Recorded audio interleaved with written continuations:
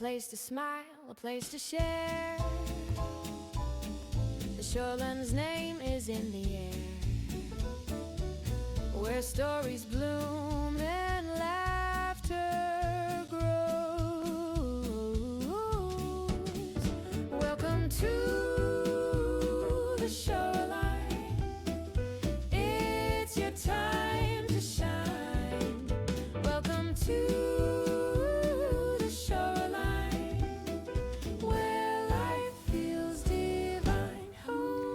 Hello and welcome to the Shoreline Memoirs, where stories live on and connections grow stronger. My name is Owen Lednor, and I'm thrilled to bring you this space where families, residents and staff come together through conversation, education and shared experience. In each episode, we will share updates from our home, explore topics that matter in aged care, and most importantly, hear the incredible life stories of our residents. Stories that deserve to be heard, remembered, and most importantly, cherished. Whether you're a resident, whether you're a family member, or a care professional, we're glad you're here. Let's dive on in. Now, thank you guys so much for tuning in. This is a world first for us. Giggling over in the corner, I have the wonderful Oriel Reyes. Oriel, hello. Hi, Owen. Sorry. I just can't imagine that, we've reached this point. I know. And, we're having this new challenge, pretty much. 100%. We're in this really exciting phase. The Shoreline's working on, how can we continue to connect, engage, educate, and provide real connection within our community. And this is one of those big projects. And personally, I'm really excited that we're doing it. I am embarrassing the hell out of Oriel. I can tell that right now. We're currently sitting in my office, talking into two mics, staring each other dead in the eye. Nothing could be more exciting, I guess, than this right now. Oriel, tell us a bit about yourself. Who are you? What's your job here? As everybody would know, my name is Oriel. Last name is Therese. I was actually, I was born and raised in the Philippines, and I've started pretty much my nursing career since 2015. Decided to move here in Australia in 2017, moved to COPS in 2018, and I've been in aged care since. Haven't left aged care because I enjoyed it a lot. Yeah, 100%. And yeah, look, to be honest, I've moved, started working at the Shoreline in 2023, and I could say that I made the right decision moving from one facility to another. I started here as the deputy director, then moved my way up to acting, and now here I am, your director of care, serving you every single day. And by the way, on call 24/7. She says she's on call 24/7, and she is, unless you catch her in a nana nap on the weekend, which is a well-deserved nana nap, trust me. Thank you, Oriel. So I guess to explain to the audience and those listening right now what we're actually doing and give you a bit of an insight into who we are. This podcast's whole goal is to be able to provide you with not just updates from the Shoreline, but also provide you with a bit of insight into what we do every day, what our business sort of faces in terms of challenges, opportunities, and give you a bit of an understanding of the broader context to aged care. So Oriel, the lovely Oriel, is our amazing first guest, and will be on quite a few of our podcasts going forwards. But we'll have a range of visitors and guest speakers.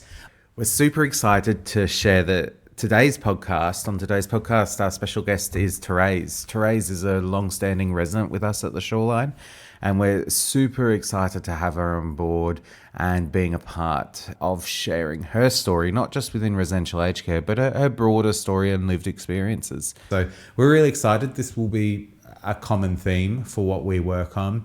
And I know we've got plenty of really exciting stories to talk about with our residents, and get to hear who they were and how they got to the position that they're in.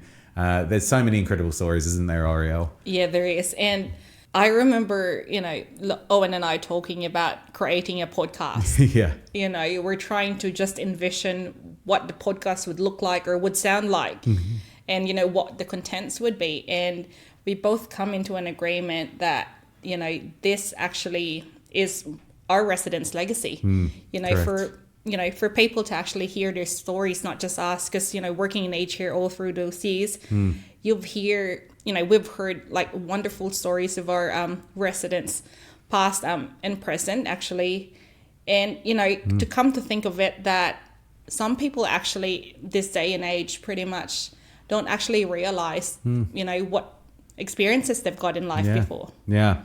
And we have such a diverse group of residents, and that's super important for us to capture. We have, people who have been high-powered individuals, people who have been incredible family members and, stay-at-home parents and things like that. We've got such a diverse range of individuals with such incredible backgrounds that typically their stories, they'll tell us, like as staff, and we'll hear them all the time.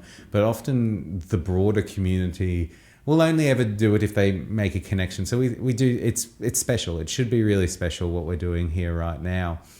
Now, on that topic of, we will go through different sort of stories and we'll have different themes. So don't expect it to remain pretty static. And please don't skip over our updates. we will try and give some real good context into how we're going. Probably one of the big things that we wanted to hit right off the bat is the new standards, and where everything's changing the 1st of November. Obviously, we're recording this in advance, so we are expecting that things might change a little bit by the time that this publicises and gets out to you guys into the broader community. But we hope that the information we give you, talking about what's coming up in aged care, will help a bit there. So Ariel, what's happening? What's happening in aged care? So changes in aged care. Look, we've actually got a legislation change, and there is a new standard change as well. So 2-1. Yes, pretty much. There is actually a lot of things to do and work in the background that we are working very hard to actually, meet those standards as well. Because we're not just talking about a simple, standard change, but, correct. A legislation as well. It's honestly confusing. Yeah, it is. It really is. And a lot of the feedback we get from residents is, why are they changing it, or like, what does that actually mean for me? Yeah. So a lot of our job is making it contextual. Yes. Making it make sense to, That's right. to everyone, because you can read legislation all day, and that's what we often feel like we do. Yeah. But when it actually comes to what impact is it having, what would you say the key changes we're seeing are? Let's say the top 5 sort of, or 3. You can pick. Depends on how many numbers you can get to. I only grasp probably a portion of the standards. No, not the standards, but the legislation. Yeah. From my understanding is that, it's hitting more with the consumer law, where in that, residents get provided with more options. Yeah, 100%. That's how it should be. But, this is like, it's different. Yeah. So essentially what we're talking about at the moment is the legislation, the Aged Care Act, has been in existence properly, or at least its current form has been, since 1997. We've seen minor updates, like tweaks to it to align with modern trends. But as the system has progressed and as our consumers have changed, so people have aged, our skills and abilities have increased, but also the governance requirements on providers have increased. We've seen a big shift in the legislation to that consumer-led model, which to us is, it's basic. It's what it should be. But probably the large focus that I put on it, so Ariel and I look at it from 2, different positions. As general manager, my big focus is very much on making sure that we remain compliant and we remain viable as an organisation. So probably the biggest shift from us is there's been quite a few financial changes to the requirements. And when we talk about the financial changes, what that means is the government is assessing care access differently. For the current residents, the change is very little, because there is a no worse off clause in the new legislation. So the new legislation is introducing new ways that the refundable accommodation deposit, if you've paid one to come into care, that is refunded at the end of your service, end of your attendance with us at the Shoreline in full. But for those coming in after the 1st of November, there'll be a really big shift in that people we as an organisation are required to take 2% every year from that refundable deposit up to 5 years. So we can take a total of 10% of a refundable accommodation deposit. And that's a big part of the new legislation. That is pretty scary for people. What I hear a lot from our residents and families is, well, if it doesn't impact me, why should I know? I guess it is important to know if you are ever looking at changing a new provider, and of course, in the future. Yeah, and of course we hope that you never will. That's right. If that is the case, you want to move closer to home or to family or something like that. It is important to know that if you do change providers after the 1st of November, you will be impacted by these new legislation changes regarding your financials.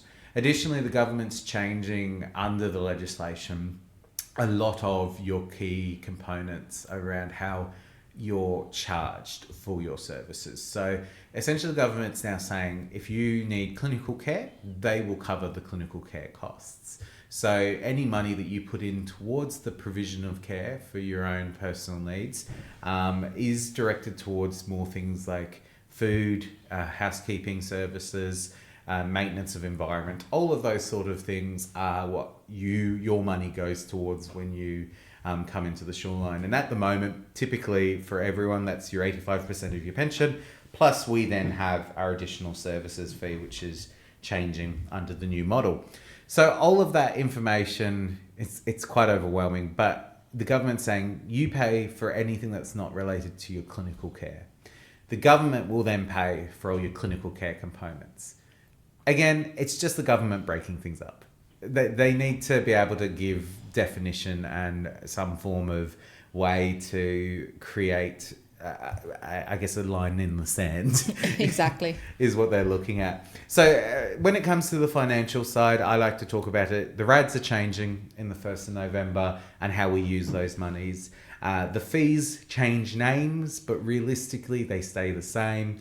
And additional services is becoming higher everyday living fee, which is the same sort of system, again, just more consumer choice orientated. So people can pick and choose what services they wish to engage with under the health model.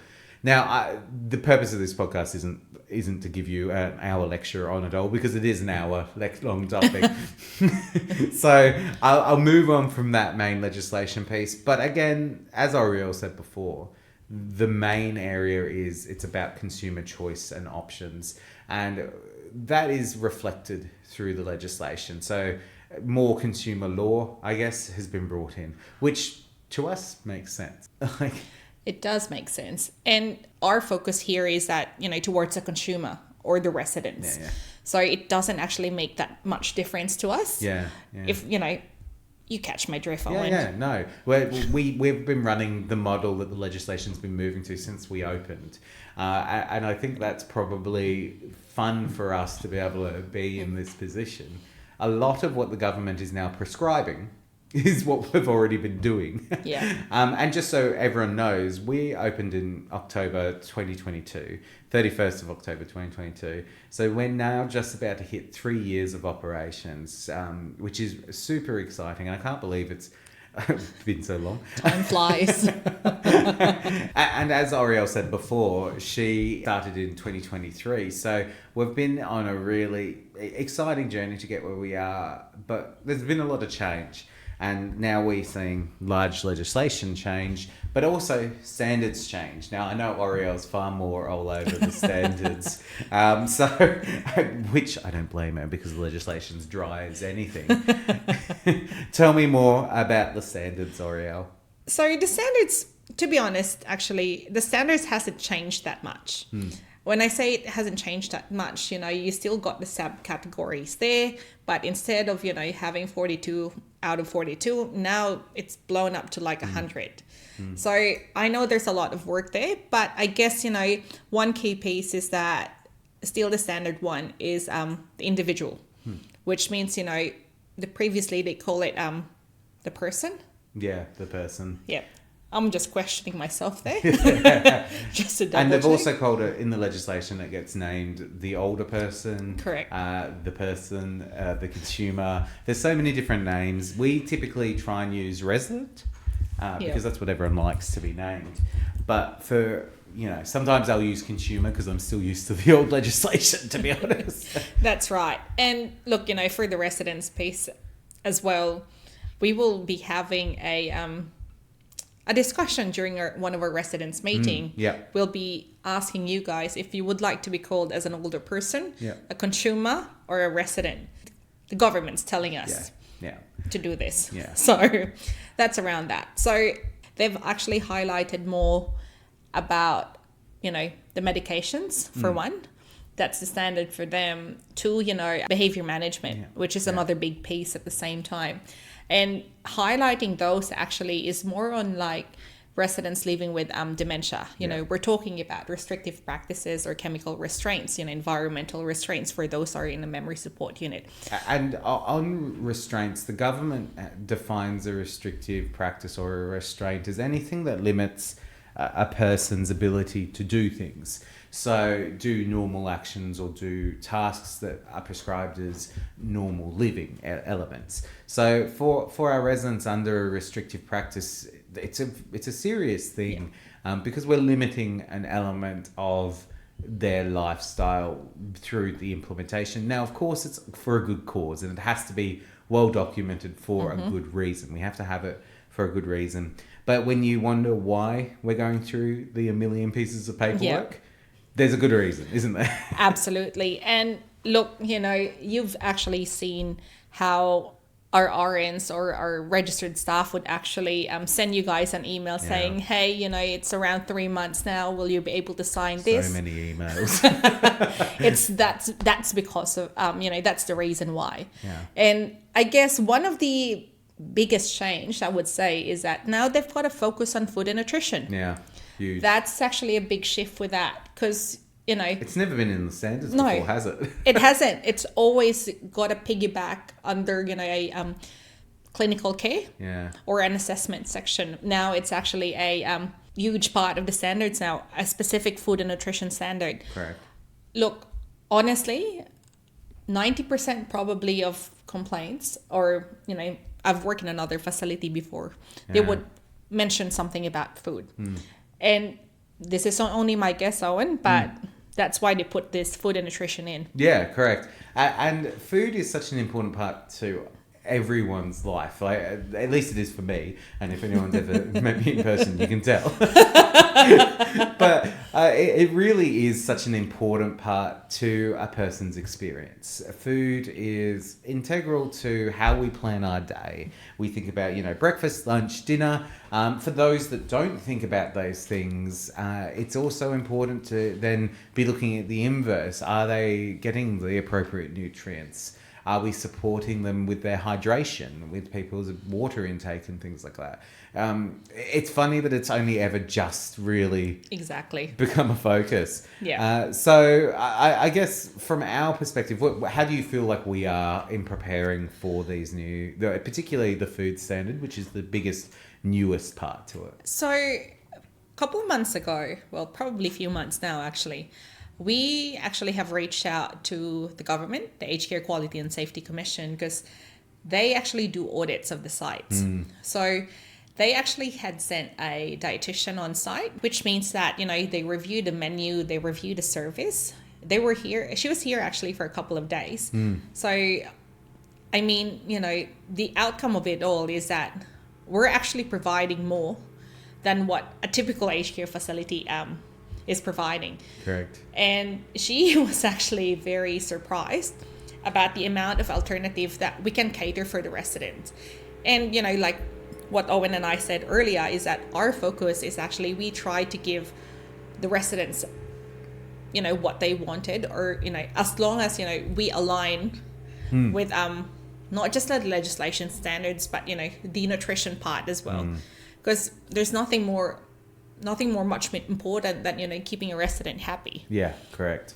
So we're really happy with our current position, and that's, for us, a big tick to know that one of the biggest changes is prepared for. We've still got work to do. We're not going to ever stop changing, and when we talk about it, probably the biggest thing that we always talk about is we're constantly changing, adapting, improving. I never ever want to hear, oh, we're just doing the same old, Yeah. because the moment we start becoming static and not finding things to improve and look at new projects and all that sort of stuff, is the moment I start to worry. Exactly. Because we're missing what our community needs and wants there. So we're at that really exciting point of, we've got brand new legislation on the horizon. 1st of November, we're looking at a brand new set of standards, new 7 standards that, in many cases just condense what we already do into written paper. Sometimes we joke internally that the auditors and things, when they built these standards, they just came to our facility and had a look around. That's right. But there is a lot of really good facilities out there that I know will be doing the same sort of thing and are in a very similar position to be able to say these new standards just align so well with our current practice. So overall, the 1st of November is looking pretty positive. Yeah, positive for us. Positive for us. Yeah. Another big change that we're sort of expecting off the back of this is the way that they register providers is changing. Now, it's probably boring for our listeners, but it is sort of important to know that their registration system at the moment, they come out every 3 years, they register your facility. And you get another letter to say either you're good for another 3 years or they've found areas for improvement. We'll be back a bit sooner. The way that they work now is a lot more active monitoring. So we submit every quarter a ton of data. So we submit clinical data, we submit a whole range of workforce related pieces, pay, financials, all of that sort of stuff. Now, the government is building a risk model. So the risk model is when your data varies and goes into high risk areas, they start paying attention to you and focusing on you more, which could mean that they come out and visit randomly. They come out and do these spot checks. So we always welcome them. I think for us, it's a bit like, well, if we're flagging high risk, we know about it before. Correct. We have so many different systems, and probably one of the biggest is our clinical governance. Yes. Ariel, what is our clinical governance system? So our clinical governance system is actually a data that we collate every month. So the data actually that we collate every month is the incident, whether it's a fall, a medication incident, or a behavior incident. And then on top of that, we actually flagged our wounds as well. We flagged the polypharmacy, which means that, if a resident have nine or more medications, for one, and two, the other one is actually a psychotropic medication. We actually, those are the majority of things that we flag during clinical governance, which means that we track our data there, our information. And once that we've seen a high risk there, such as, if we've seen a resident that's actually a deteriorating, from the overall data, then we flag and continue monitoring it. But we're not just doing a monitoring around that. We actually do a full review wherein that, aside from your typical case conference, we'll actually call an urgent case conference. We'll try to bring the GP in as much as possible and, have a sit down with the team. So when we do a case conference for a high risk, a resident, or, we're concerned about the resident's welfare, you typically would see a multidisciplinary team there, wherein that you've got either myself, the clinical care coordinator, you've got the educator, our companion coordinator, either a speech pathologist or dietitian, or our physiotherapist there. So we actually would like, and the GP, and the resident and the family, because we would like to actually collaborate with everybody. What else can we do to improve this resident's quality Well-being. of life? Yeah. Correct. Yeah, so that's how we track the information. And clinical governance is actually, normally those meetings are boring. It's a lot of data. There's a lot of data. It's there. a 67-page report on average. Correct, on average. But those data actually is quite interesting because we dive in deeper. Yeah. So, for example, so-and-so had a fall. We look at the call bell, we look at the duresses at the same time. We look at the response time from our staff. We try and investigate further. And then we also look at it against even further data points, like has there been weight loss, has there been behavioural incidents, has there been a whole range of all of those points, trying to paint a broader picture, not just at the time of the incident, but also then reviewing that on a trends analysis. And so that clinical governance meeting, sort of summing it and bringing it back to the point, is a monthly meeting. So typically, we have had, like Ariel runs it with her clinical team. I sit on it from the management perspective. We also have a member of the board involved. So we have a board of directors, and Jenny Zerkler, our board member, sits on it as a clinician. She's been a registered nurse for many, many years. I can't say how long because she'll take me out, and I hope she's not listening to this right now. But Jenny will review that data as well from the executive levels, making sure that our decision making is based on the best data. And all of that means we should be identifying trends and issues far before the government comes and audits us and reviews us. So if we know we're flagging high risk in an area, we might have seen an increase in falls rates as a good example, which is something we just recently have been detecting over the last 6 months. We've been working on really reducing it. And the data shows that we saw a spike earlier this year, which has been reflected in our quarterly report to Correct. The government. We then but we picked it up in Way before that. Yeah, we submitted the data in April. We picked it up in early February, and we're working on it. By the time we submitted the data, we'd already started seeing the results from reducing our falls rates. And that's typically how we review all of these situations. So when it comes to the new model of them doing these high-risk monitorings, again, we're feeling pretty confident because we know where any gaps may lie or any areas for improvement already lie. So we're already working on them before the auditor even comes out to site to talk to people and review all of our systems. We already should be able to pretty much hand them the issue, but also the solution, both at the same time. Correct. So I guess we're really excited, and I am personally really excited for these new standards because it feels like we've been working towards this for the last 3 years. Yeah, exactly. And look, there's always going to be gaps. Yeah, Let's there'll always face be it. areas for improvement. Yeah. I call them areas for improvement. Oreo calls them gaps. At the end of the day, we'd like to actually collaborate with everybody, including our residents and their families as well, because we always find that, collaborating with you guys, it's actually makes it a lot easier for us because we know it firsthand, and we'd like to actually be open and transparent with everyone. Yeah. And we want your input because we see it from our perspective. And again, we were just talking about data and, numbers and incident reviews and critical incident investigations and all of these sort of complex industry specific sort of terms. But when it comes to actual lived experience, you can't beat asking someone who's actually lived it. Exactly. So on that exact topic, and thank you so much, Ariel, for being with me today. I'm Anytime, Owen. really excited to continue this conversation. We're ready to continue talking. I could feel it. But talking about wanting to have our residents' input and involvement, I'd like to pass the baton now over to Therese. Therese is an absolutely incredible woman. Thank you, everybody, for, tuning in. And we'll see you around. Yeah, we'll see you around. Talk next time. Thank you, guys. No, it's like a community, Exactly. and it's an education in a lot of things. Yeah. It is. So, welcome, Therese. Thank you so much for making time for me today. We'll be having a bit of a chat. I guess, hello, who are you?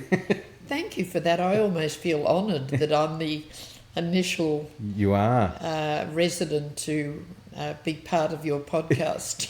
Thank you. Thank you for making the time for it because it's going to grow. We don't really know what direction we're taking this until we sort of do it. So being able to have you be a part of that because you're such a dynamic person. We wanted to be able to. She just gave me an eye roll for everyone listening. Having you as a part of this beginning stages, it's really important because you were one of the very like early entrances. December 5, Yeah. 22. 22, and we only opened on the 31st of October. And So- I was only late because somebody was unwell and in isolation. That's right. Yeah, we and had I had delays. to hold off for another 2 weeks. Yeah, that's right. I'd forgotten about that. Yeah. We'd had delays. Poor old Vera. Yeah, yes, I do remember that, and it was a wild time. I'm happy there was a delay, and I know that's going to sound weird, but I am happy we had that delay because I felt like we were even more prepared for the absolute incredible presence that you bring. God help us. So we're going to keep this pretty informal. I have a few questions, but let's see where the conversation takes us, I guess. I'm happy to go along with that. So the first sort of thing is I want to get to know a bit more about you and who you were as a younger person before you have found yourself at the Shoreline. So can you tell us a bit about where you grew up and a bit about your childhood? Well, that's an interesting start. I grew up in Carnegie, which is a suburb of Melbourne. Yeah. I always hated Melbourne because of Oh, the weather. wow. The best time of my life was when I moved to Coffs Harbour. But I grew up in a family of 10, the fourth of 10, Wow. 6 girls and 4 boys. And Those poor boys were outnumbered. they were 2 older than me. Yes, yeah. And my eldest sister was 9 years older, so she was missing for a lot of my early years. And the youngest one was 11 years younger. So Wow. there was 20 years between my eldest and youngest. Oh, gosh, that's wild. That's a big gap. It was a big... I often think of my mother. She was a walking saint. She would have been. I can't imagine the patience to not just dedicate, the normal 18 years of your life, but then add an extra 20 years on top of that before the She kids. was an amazing lady, barely 5 foot, Yeah, tiny in build, yeah. quietly spoken, lots of common sense. And funnily enough, I made the comment to one of my family the other day, my sister, and I Yeah. said, talking about mum, and she looked at me and she said, she never raised her voice. Really? And that was the one thing I remember. Wow. She managed to get children to do exactly what she wanted and let them think it was their choice. I love that. That's amazing. And so, well, she had so many to deal with and corral, but she never raised her voice at all. Never. Did you know when you were in trouble though? Oh, it was my father that you'd be Ah, in trouble there with. we go. My mother was the one that when we weren't allowed to wear makeup in our teens, she'd say, put it on when you get to the dance stair, but don't forget to rub it off. That's beautiful. She had her own philosophy and she hadn't grown up with her own family. She correct. was a delicate child. Yeah. And she'd been sent to an aunt who had no children. Yeah. So her upbringing was anything as far removed from what our upbringing was. Yeah, that's right. And so you were in Melbourne. How long were you in Melbourne for? Most of my life I'd been... Or did I pronounce that right? Sorry, Melbourne or Melbourne? No, it's Melbourne. Melbourne. Yeah. Yeah. Okay, cool. I lived there, and when I married, we moved to one of the other newer suburbs. Yeah. But after we'd been married 11 years, we made the big decision to move to the Mornington Peninsula. Oh, wow. That's a big move. It was a big move, and it was not the best move as far as real estate goes, because we bought a house on 2 blocks of land built by 2 window dressers from Myers, and that was about the standard of the building. Yes. The roof leaked, there was no septic system, and we sailed in. Yeah. We went to look at it one Sunday and we nodded at each other, my husband and I, and we said, yes, we're going to move. This is the one. Yeah. Where we were, our children would never have got into Scouts. It was a new suburb and you got on a waiting list, whereas we went to the country, as it were. And it was quite an To the exciting country. time. Yeah. I'm glad I didn't know a lot of what they did I was in going their to free say. time. Yes. Yeah. That would have been a real big experience. And you said you traveled. How did you get to the morning? How did you get there? You said, was it by boat? Was it? No, No? you went by train Train? to Frankston, Frankston? and then it was bus from Frankston, and it was a cook's tour. It took about an hour Yeah. to get what was under a 15-minute drive if you're in a car. Yeah, yeah. And in those early days, Well, what was the road network like at the time? very Yeah. limited. Yeah. Once you left Frankston, it was almost single lane Incredible. because none of the freeways were built. And a lot of it was still farmland. Yeah.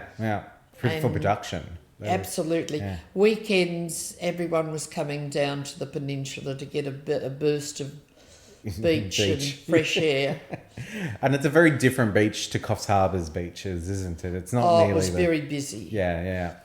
And in those days, the caravan parks, you had a site and you booked that same site every year. So it was like coming home to family. And that was one thing my father did for us, is we were very fortunate. Yeah. There were so many of us, but he built a caravan with an annex. And we spent all of the Christmas holidays on the beach. Oh, what a way to spend the Christmas holidays. Well, I paid for it down the line with skin cancers. Skin but never cancers mind. and such. Yeah. It Well, was sunscreen wonderful. wasn't a thing then, was it? Never heard of it. Never We heard used of to it. be burnt absolutely red raw, and the cure was either cold tea or vinegar, and you smelled pretty awful Wow. after the vinegar. Vinegar's meant to go on your chips, not on your body, in my opinion. Well, it was used as a remedy for serious sunburn. Gosh, can you believe such a different time? And on some of those memories, I guess, like, so you've got the beauty of the beach and things like that. Well, we had the freedom. We only had to cross the road, which wasn't a major highway at that time. Yeah. And we were on the beach, and the people that had the site down from us, he was a wonderful man. He taught us all to swim, Yeah. and you would look after each other's families. My mother was a redhead, so she never came on the beach. I think she spent the whole of the 6 weeks either cooking or doing laundry. Yeah. And she lost half a stone each year. So she got real short end of that deal, didn't she? Well, she did, but she didn't have whinging children to cope with. Correct, exactly. And at night we would go to the rotunda where we would sit round the fire. It was a wonderful experience. Yeah. Not many children had that in those days. Exactly. The opportunity of that just alone it's unheard of for many people. Yeah. And when we talk about these individuals, like your neighbours and things like that, were there other individuals as you were growing up, like your mother, who obviously was an absolute saint, who shaped who you are today? Oh, absolutely.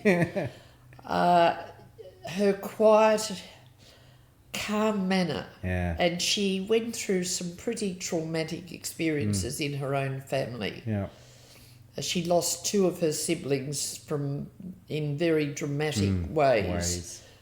But I can remember her coming into my room in the early hours of the morning. I'd have been about 19, and saying, "I'm off to the hospital. There's been a terrible accident." Wow. But she never let us touch us. Yeah. She protected us from She was me. the protector. And I don't know that I'd have been quite as calm, although I did copy her ability not to scream and shout at children.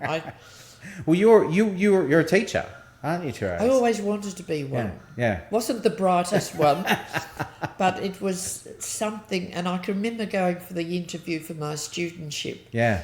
and the three gentlemen behind the desk said, "Miss Howes, what makes you think you'll be a good teacher?"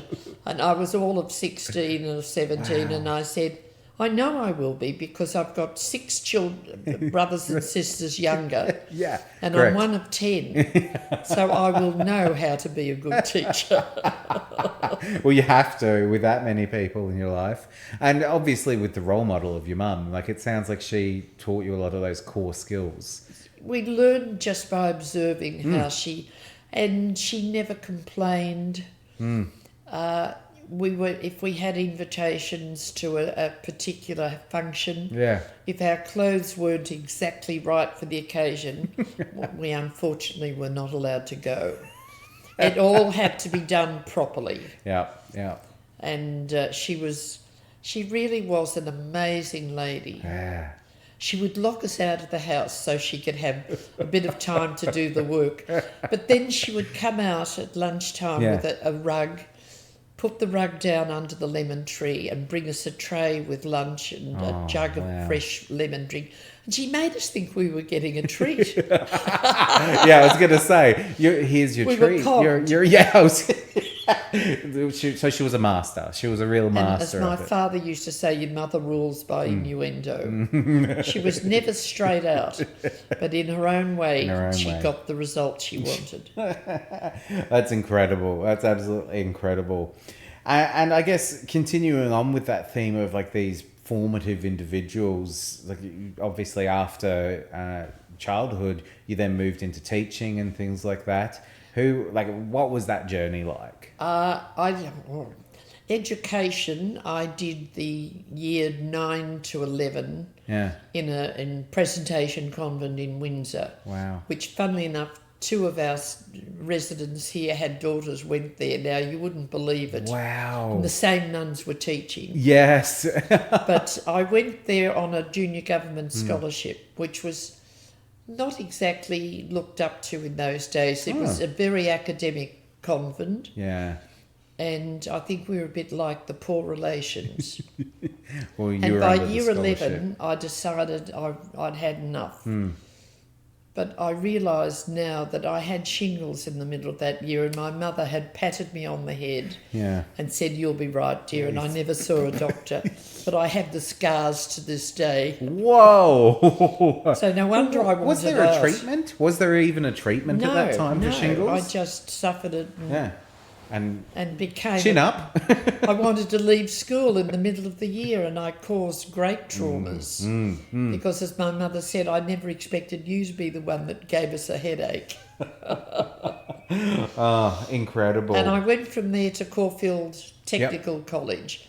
My goodness me, what an education that would have been a change. Yeah. It was. Yeah. And it was another world. Yeah. And I went and did the first year of a Certificate of Art course when they had an intake of student teachers. They alternated between Paran and Caulfield. Really? And the intake that year that I went was for Caulfield. Yeah. So at the end of the year, I applied for a studentship. Yeah. And they gave me a second year one, which meant I carried on. Yeah. That had me out in a country high school, qualified at 19, trying to look older. I was going to say you were almost the same age as all of the people you were teaching. I was. And it was the first time I'd ever left home. So it was quite a change for me. Yeah. Huge change. It was, absolutely. And so how long did you spend while you were out there, or was it more of a rotational? I stayed there 3 years, and that was the obligatory minimum that you had to do. Yeah. And because we were on a cadetship or a studentship, we had to do 5 years of teaching. And I applied for a promotion at the end of that. And I went to Springvale High School, which was a new area where most of the shopping centre was in Vietnamese. Wow. And we had a cross-section of the worst class I ever had was a year 9 art class.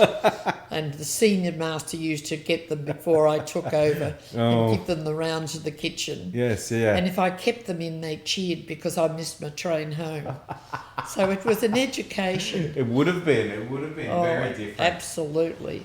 And so from there, when did you meet your partner in amongst all of this? I met him at St Kilda Town Hall Saturday night dance. I had just broken off with the boyfriend or the friend who I was that first love of your life. Yes, yeah. And I decided... The heartbreaker, you know. Yeah, it was. And I remember my mother saying, "He's not right for you, dear. He puts you down." Oh. So she was very observant. Right. Just like you. Well, he was a bit of an academic. But I decided I wasn't going to carry on with that friendship. Took myself off to the town hall dance, which was a bit like a meat market in those days. All the women stayed around the corners, the walls of the hall, and we had 2 bands playing. and the males would come in and they would check you out. Oh, Stop look, it. it was terrible. It's horrifying compared to modern day, but Well, it was. at the time, it's what you did. We hadn't Yeah. learned to speak up. No, that's right. But my husband asked me to dance, Oh. and he was a bit of a country boy, Perfect. and it did A work. bit of a gentleman. Oh, he was very much a gentleman. Yeah, yeah. About as far removed from me as you'd get, because he'd come from a very sheltered family. His father died when he was 24, Wow. so he didn't have So he that didn't have that. stability. And his mother never had visitors in the house, whereas we had open house. Yeah, yeah. Our back door was never shut. Never It shut. was- the house was always full of young people. Yes, yeah. And there was only one rule on a Saturday night. You Yeah. have as many in the kitchen making tea and coffee as you like, but don't wake your father. That was his break. That was the one break he would have got that He week. didn't cope. So many a car got pushed down the street so that if it started noisily, they didn't wake him. wake him. Oh dear. Oh, that's incredible. And so you guys became obviously husband and wife. When did that I occur? decided after I'd known him 6 weeks Yeah. that I would marry this man. Wow, only 6 weeks. Only 6 weeks, and I was just barely 21. Yeah, But he treated me like a princess, and this was something I'd never had. never had. I was much loved, as we all were, Ah, but there wasn't the time to give us all that individual Correct. time. yeah. And I used to say, don't put me on a pedestal because I'll fall off. So you had some insecurities there as well. Oh, yes, he was a Yeah. wonderful man Yeah. and an amazing father. Yeah. And so when, if you don't mind me asking, when did the first kid come along? It's- A little Before while. I'd had the first anniversary, That's amazing. there He was right. no living together in those No, days. There was no. a real social stigma. Oh, wow. And you Yes. played by the rules. Played by the rules. My goodness, my grandchildren would die if they heard this story. It's Well, so different now. It is, isn't Yeah. it? It's a very different world. And so, you had a very different perspective on what marriage was at the time. Oh, very much so. And, what a partnership looked like. And a lot of the contemporaries, we all started the same way with next to nothing. Yeah. Borrowed furniture. Correct. We were lucky we were able to buy our first home before we got married. I was 24. But that was through a lot of hard work. It wasn't just I luck. saved, and Yeah. when I told my father I wanted to buy a car, I was told you don't need a car. One day you'll need that money. Yeah. And that was what virtually went towards our first home. Home, yeah. And I agree entirely. Cars are just money holes. You just throw money at cars. But Well, I at the- rode a bicycle even on my last appointment as senior mistress. I could just imagine you rocking up to school with look. your beautiful gown, I'm sure, because you dress so incredibly well. Well, in those days, it was just before I got married, Yes. Yeah, true. so the pennies were being saved. Yes, and used judiciously. It was a new high school, which Yeah. was located in the local church hall to start with. Oh, wow. And there were minimum staff, but I became the senior woman. And the principal senior took me woman. to all these meetings. Yeah. And he would say, "This is my senior mistress," and then he'd have a snigger. And it was a fun time. Yeah.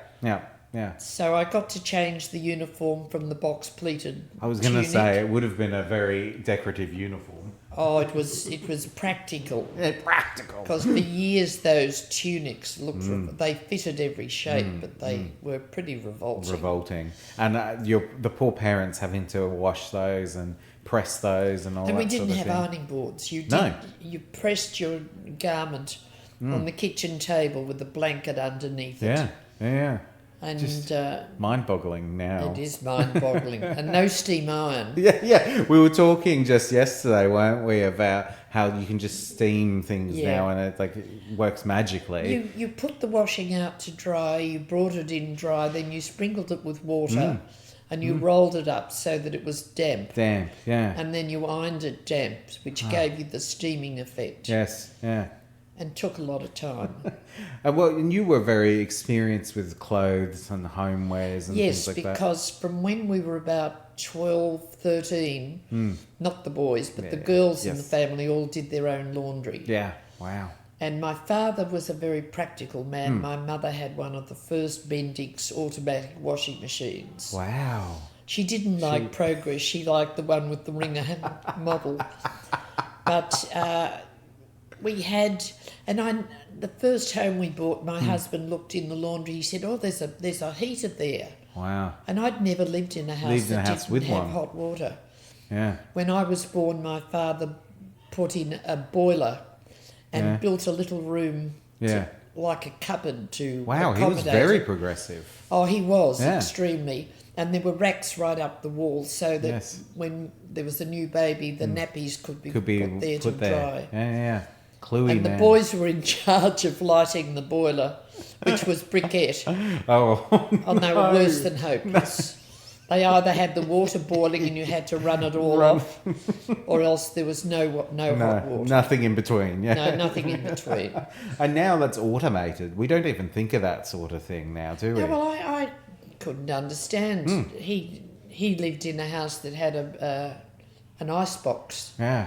When the iceman delivered the block of ice regularly, the Wow. Hessian bag over his shoulder, and he would chip off little chunks of ice for any of the children in the street that would follow his truck. Follow his truck. Yeah. Wow. Whoop. We've got a guest. No. If you want to come in, we're just... It was perfect. We had a pause exactly when you It's came probably in. all got windows. Here you go. Oh, lovely. It's Thank all got you, Megan. That's so true. Please, later. See ya. Oh, dear. Yes, so that was interesting. And we also had a refrigerator. Yeah. Because I can't remember ever anything other than the refrigerator.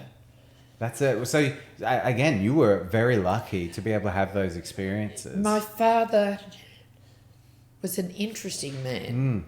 Came from, I suppose you could say, a dysfunctional family. Yeah. The youngest of 7. Wow. And his father left home when he was 7. But he was very practical. Like he But wanted he to left give the school most. at 12. But he was a man who always tried something new and challenged himself. And that was how he brought us up, to be as independent. And inquisitive. Yes, like and, that chase the answer. Sort of Yeah, thing. whereas my husband had grown up, he'd never made a bed when I married him. And I thought, my goodness, What have I done? what have I done? But he was very kind, though. Yeah. And we didn't have a car. Yeah, no. We had bicycles. He used to dink me on the bar of his bike before I got my own bike. Yes. Oh, it was another world. Another world. Incredible. And looking back on, the incredible difference between now and then, what would you say some of the biggest changes you've seen in the world during your lifetime? It was society. And growing up, the family was the hub. And you entertained at home. Yes. Yeah. There was no such thing as eating out for Yeah. a meal. Yeah. And when the relatives came, the men brought 2 bottles of beer and the ladies brought a plate. Yeah. And we had a lot of parties growing up. My father bought a pianola. And we used to sit and pedal away. And of course, you had the words of the song on the roll. Yeah.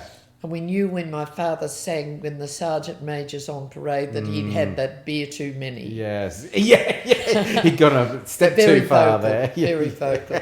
But no, it was a happy atmosphere. Correct. But it was all based around the home. Home.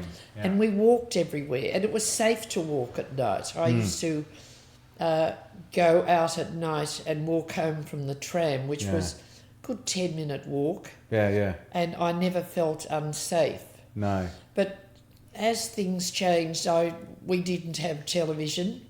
So we had to amuse ourselves. Yeah, that's right. You had to get out and about. You had to go. And no central heating. If it was Which we're a cold spoiled by weekend, now, you got aren't into we? bed with a book. And it's never. What do you mean? It's never cold in Melbourne area and all. That's why I left. I hated the weather. Yeah. And I had a sister who moved to Coffs Harbour, and I was happy for her. Yeah, she escaped. Sad for me, because I thought I'm never going to get, because my husband didn't like hot weather or humidity. And that came to another point of my life where I made the decision to come. Yeah, exactly. The best move that I'd made. Yeah, and what prompted, I guess, the move? When was that, roughly? After he died, and I'd come home from the cemetery, Yes. which I did quite often on a Sunday, and driving up the hill in Berwick, I thought, I don't have to stay here, I can move. Yeah. So I got on the phone, and there was a lot of silence. I said, I've decided to sell up in the retirement village and go to Coffs Harbour. Wow. And the word was she's had a breakdown, Yeah. but she hadn't. No. I'd always wanted to live here. That's right. That's where we came for our first caravan holiday. And I thought I could live here. Yeah, that's right. The So- opportunity was there. Oh, and it was a new life. I think my family were quite proud of the fact that I'd spent 50 years with one person who was my best friend. Yeah, correct. And suddenly, it's like somebody's chopped your arm off. Yeah. You're There's a huge loss. Oh, it is a huge loss. And that you reach for it constantly, emotionally. Yes. You reach for that support. And I came up here the next year because my mother was here in a nursing home in St Joseph's. Wow, really? Yes, and I came up to give my sister a break because Yeah. she had been living with my sister. That's right. And I went back home to Berwick, and I thought, I don't have to stay here, I can move.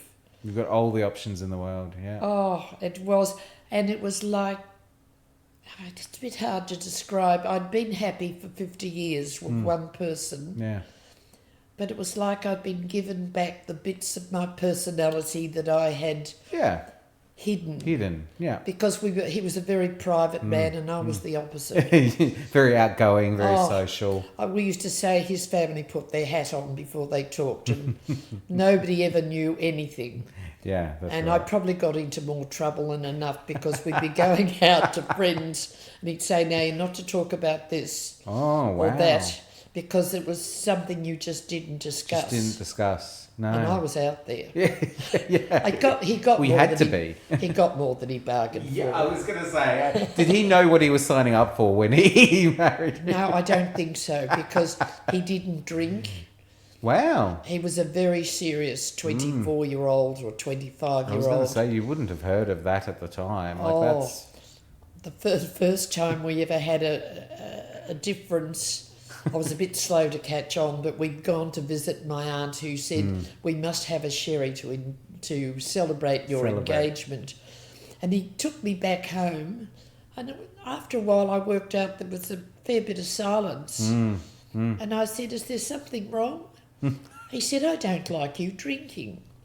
Wow. I said, oh, good heavens, well, we'd better straighten this one out right now. We need to, otherwise we I can't said go. he had my permission, if I was ever the worst for drink, Yes. to pour it down the sink.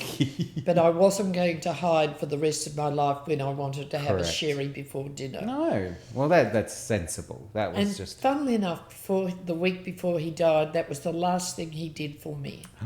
No. I'd gone out to celebrate a 70th birthday with one of the residents, Yeah. and I'd left him in bed sleeping, and he must have got up. And when I came back, there sitting beside my chair was my sherry. Oh. And it's a lovely heart. memory. It was something that we shared. Yeah. I taught him how to drink sherry. Yes, A yeah, very bad habit. yeah. I was going to say. And it was our time at night when he would get in from work. The children would have 5 minutes or so with Dad, Yeah. and then go and do your homework. do your This is our homework. time to sit and have a Have a quiet connection. connection, which was really special. Yeah. No. And it's important because you get, is. as your children get older, that relationship gets a bit lost unless you keep it alive. That's right. You have to put in effort, don't you? You do. And you did 50 years of putting in effort. 50 years, Yeah. and these days you don't even get that for life. No, that's right. Yeah. What did you do? No. Oh dear. Yeah. And so you know you had kids and everything like that. 4 children in 7 years, 2 boys, 2 girls. Amazing. And down the track we had 12 grandchildren, 6 boys, 6 girls. And what did they all think when you decided to move to Coffs? Maybe not the I think grandchildren, the but the youngest kids. one lived within an hour's drive, Perfect. and it was a drama for her because she was used to having me in the state. Yeah. The others had moved on. One was in America, Wow. one was in Brisbane, Yeah. and one was in Sydney. Yeah. So But- people had gone on with their lives. And they have progressed a as right well. to have their lives. 100%. Yeah. And I'm a great believer in not clinging on to your children. No. Well, that's they're- just how you drive them away by accident, isn't it? Really? Well, I had a saying, if you haven't left home by the time you're 25, I'll pack your bag. Because it was a life experience that they needed to have. it is, isn't it? And it's not until you leave home and you realise that somebody has to pay for the water and the electricity. And that somebody isn't you anymore. Well, they take it for granted. Yeah. But there was always an open door. Always, exactly. If they wanted to come back, they were welcome. Welcome. Yeah. But it was hard when they came back as adults or they'd had a bit of freedom. Yes. Because it was still a structured Well, it's an household. environment. Yeah, exactly. And it's your my space. saying all the years when I worked, no house will run itself. There has to be somebody who keeps order. And And you were that person often as well for the house. to my own detriment. Yeah. Because my husband didn't quite understand that going back to working full time with 4 children and the house didn't run itself. No, it's not magical. And I got a bit miffed on a Saturday because he would let them all sleep in as teenagers. And that was the one day I had to go through and To go clean. through and give it a firm clean, like a proper deep clean. Because there's got to be order. Exactly. And yes, there was order, but I was a pretty organised. You were. Well, to be able to do everything that you've done, like to teach, to have kids, have an incredible relationship with your husband, to do all of that, like that, again, it takes effort every The single day. one thing I didn't monitor was my limitations.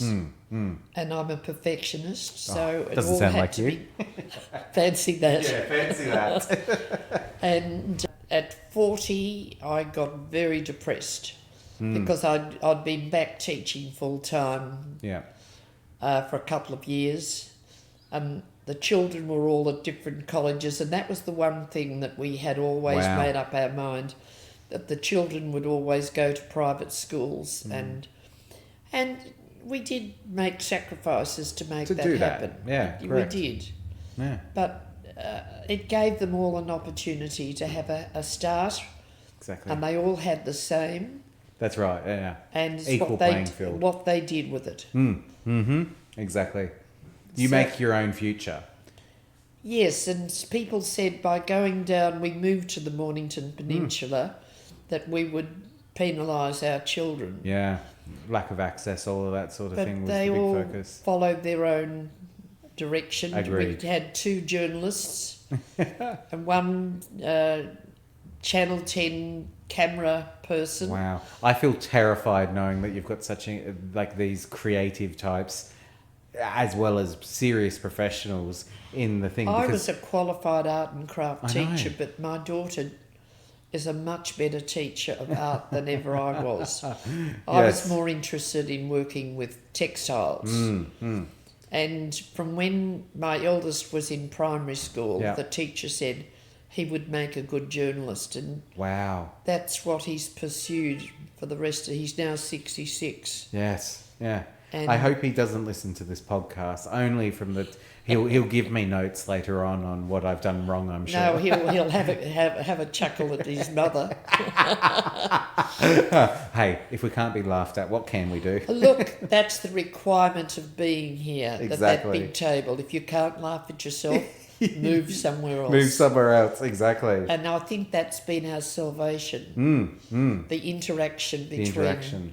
the various residents. Exactly. And so you've brought it up so nicely.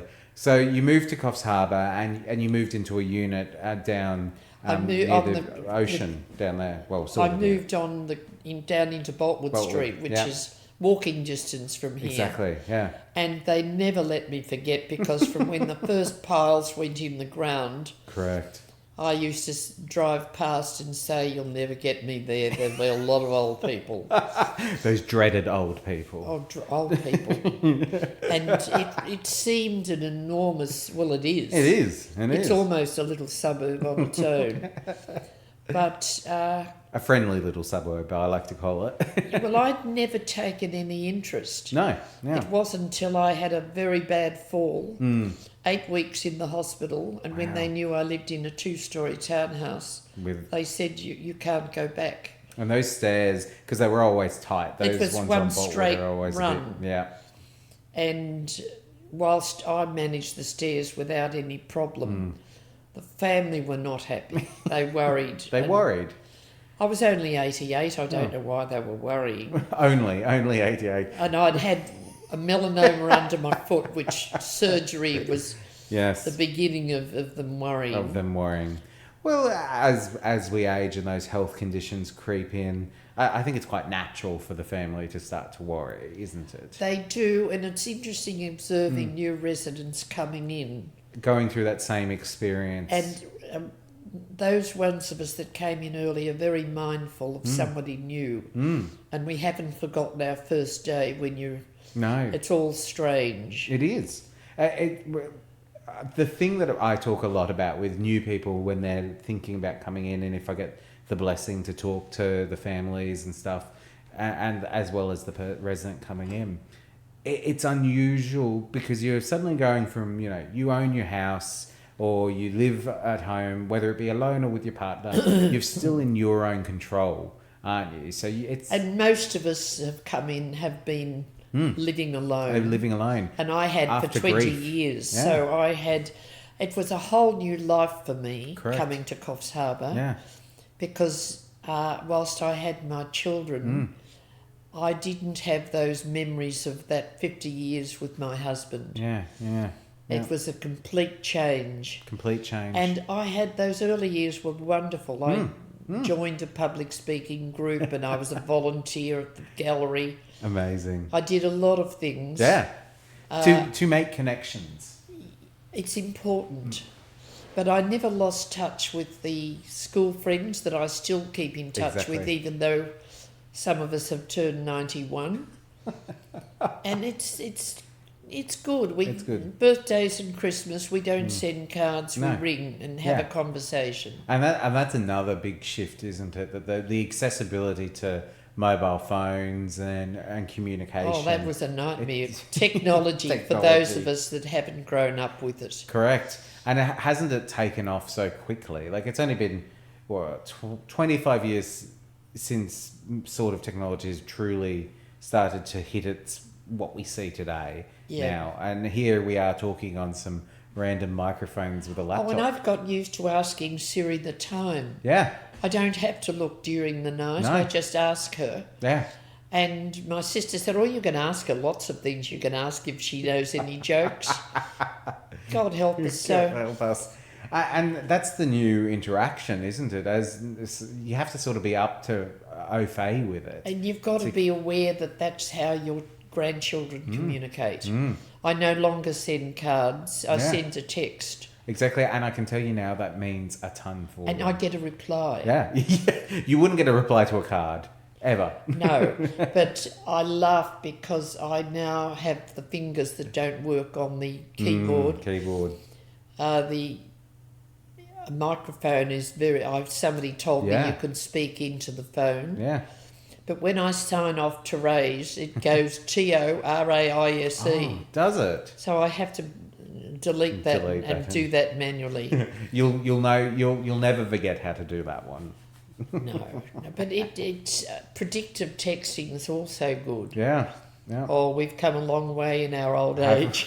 I love talking to you because I remember recently at the Shoreline as well, we had the project where for some of our more hearing impaired residents, for them to be able to have a conversation, if the hearing aids don't quite work the way, or, there's issues with crowds and things.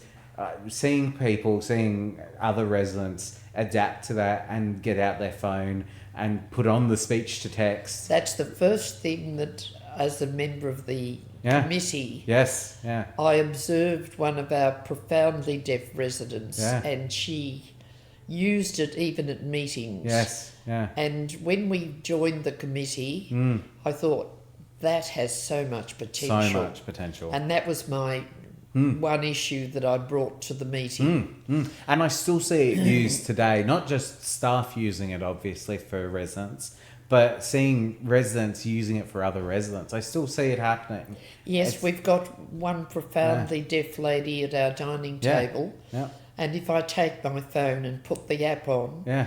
and to see her face light up, except that the other night I said, Oh, at dear. least you know what's being discussed. But it came up as discussing. Whoops. But anyway, it's the opportunities to make life better for others. Correct, yeah. And it's something that is a real problem, the hearing impairment. Hearing impairment. Though it's funny, we take for granted our ability to communicate. It's such an important part to who we are and what we do every single day. So, especially when you're not used to it. So, obviously, some people are very used to it and it's something they're comfortable finding workarounds for. But then there's those people that this is a newer issue. It's something that they've never really had to face before because they lived alone and they could make do at the shops. But now they're coming into the Shoreline, which is quite a communal environment. My family said I came alive again. Yes, yeah. Because I had thought I was doing very well. I communicated by phone, but Yeah.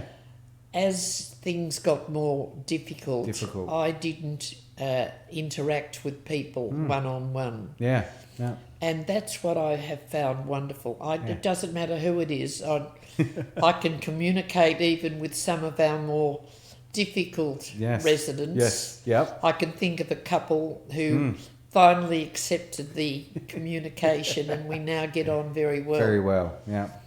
And it's hard. I never say coming into a care environment isn't an easy process. It it often is. comes off the back of some grief.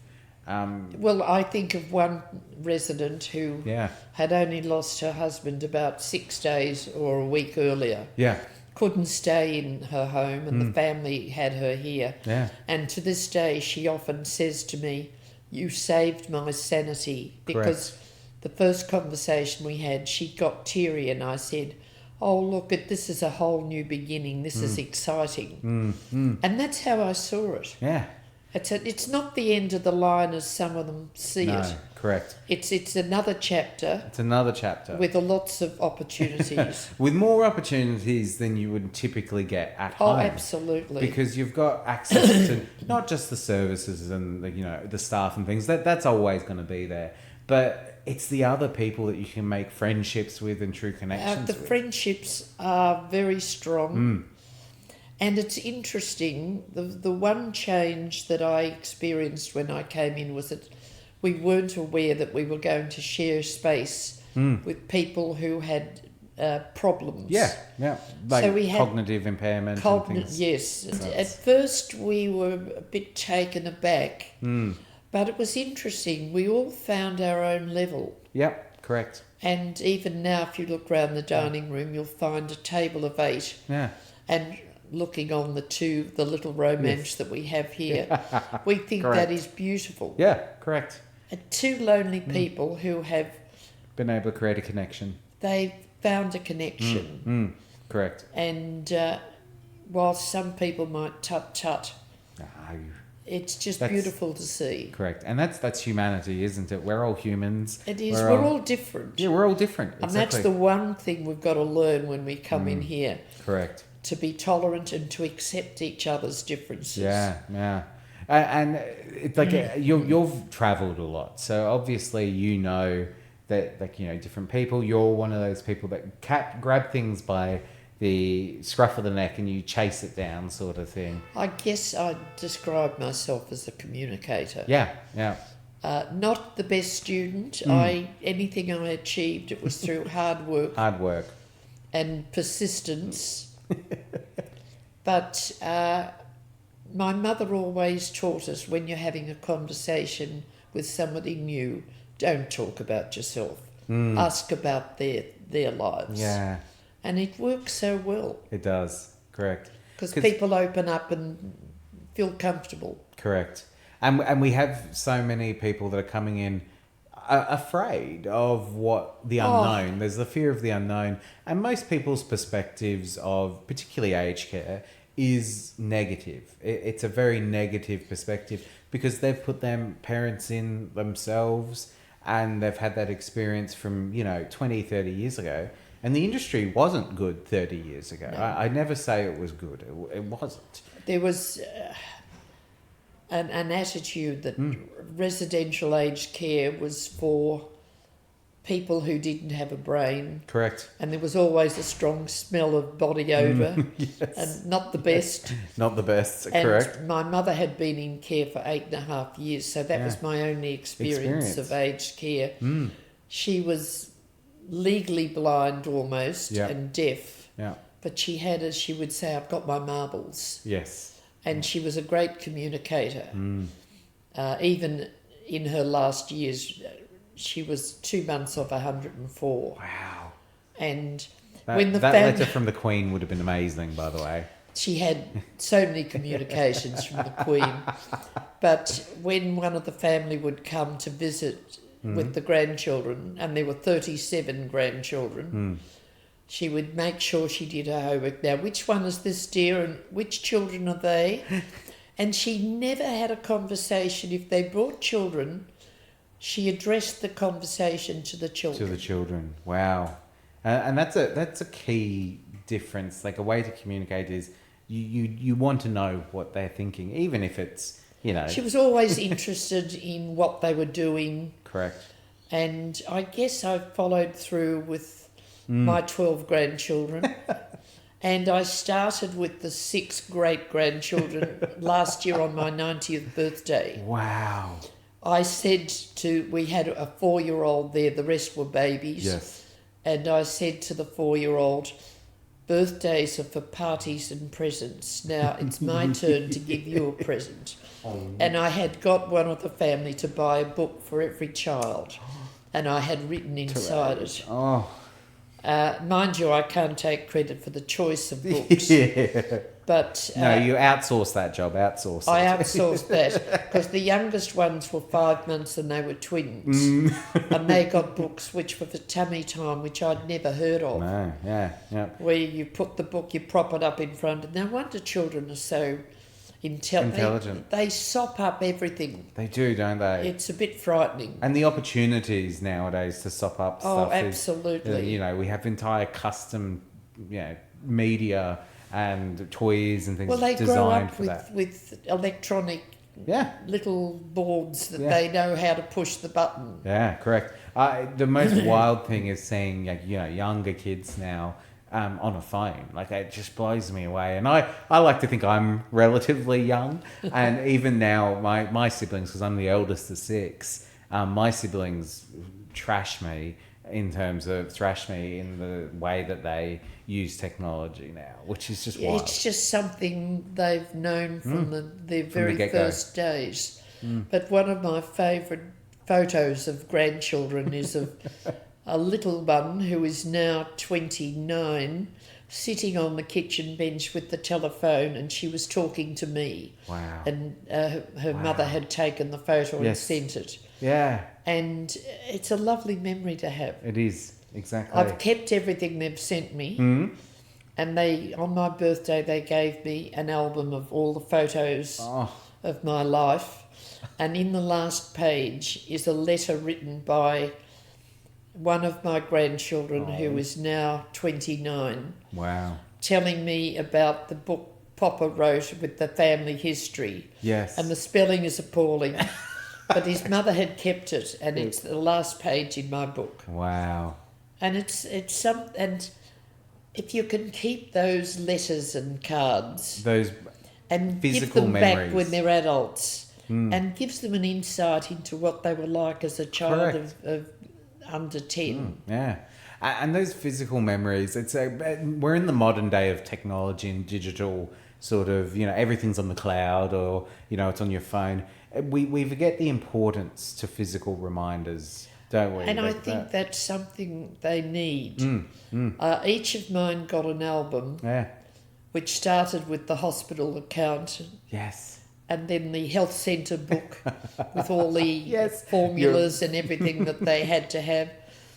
And then all their school reports, which to their horror, some of them were not as good as the first one got his album and for Christmas. Yep. And he was in his 20s and he sat up until daybreak reading. And quotes like, "Is the Pope a Catholic?" Things like that. And I spent hours cutting out I was going to say, that's headings such a out process. of magazines and newspapers. Yeah. And I did actually find a heading which said, "Is the Pope a Catholic?" So that went in the album. Oh, wow. So it's a lovely reminder to be able to hand on. 100%. And on that same topic of, passing on memories and making sure that there's a legacy, we're sort of wrapping up now, and thank you so much for your time. But I do have a final question. What do you hope people remember about you? Now, this is interesting. I thought this one through, and I think I'm a people person. Yeah. I have a positive attitude to life. And if you can't be positive, stay in your room till you change your attitude. And I love to laugh. I have a warped sense of humour. And that's what's been the highlight of being here, particularly with a dining table that takes 8. Yes. And when we get a newcomer, we say, if you're going to sit here, you've got to be able to laugh at yourself. And it was so successful in my first year here. Yeah. Hugely successful. And in December, I start my 4th year. Can you believe? I can't. It's gone so quickly. It has, and we've got to know so many people. Correct. I remember interviewing you and talking to you before you moved in and things like that, because I had the blessing of being with you guys from the very get-go. And it's there's some key highlights. There's a few individuals that highlight for me, and you are one of those individuals, as well as your kids, I must say. Absolutely. I have amazing. 4 wonderful children. Correct, exactly. And the Bush Telegraph works well. Yeah, it does. Nothing is secret. And it drives me crazy because I've always been one that took control of what I did. Correct. And I'm starting to feel better, and I'm taking back control, which has been commented on. Yes. Well, thank you so much for spending this time with me. It's been an hour. Can you believe? I can't believe, and to think not stressed, but I was getting anxious. But when you put it as a conversation, it just flows. It does. It really and does. the memories come without you having to think about it. Yeah. I feel like we've still got so much more we could talk about, like your projects with the resident advisory body and all of those sort of things. So, oh, look, I hope I'm here for a few more years and stay on it. Yeah, correct. It's been the most positive thing that I've been part of. Yeah. I've loved every moment of working with you guys on it. I like the fact that we're able to communicate for those that can't. Yeah. And the conversations that I had in the coffee shop are something that we can pass on to management if it's something that needs addressing. And we can get it sorted. Or if it's a positive. Pass on the positive as well. And when I came in the first week or so, we had happy hour out by the pool on a beautiful afternoon in those beautiful, comfortable chairs. And Mark and Dave in the corner entertaining us. Yes. And the trolley came around with the drinks on it and the wine glasses and the cheese and bickies. And I sat back and I thought, this is the life. This is the life. And I have to pass that message on to anyone that's not sure they've made the right decision. Yeah. Well, thank you for passing that on. And it's thank you for inviting me to be part of the program. Trust me, I'll invite you again. Oh my goodness, I'll have to stay in. Yeah. You'll have to stay around, I guess. Keep my marbles rolling. It's okay. I won't let you lose them. Don't you worry. Well, I think it's up to us not to lose them. You have to stay active, don't you? That's a You really do. key You've got to takeaway. keep the brain active Stay and active communicate with people and connect with people. and look for that one that looks a bit lost. And one kind word or deed in the day makes your day worthwhile. It does. Oh, you've just given me shivers. Thank you so much. Thank you for inviting me. Thank you.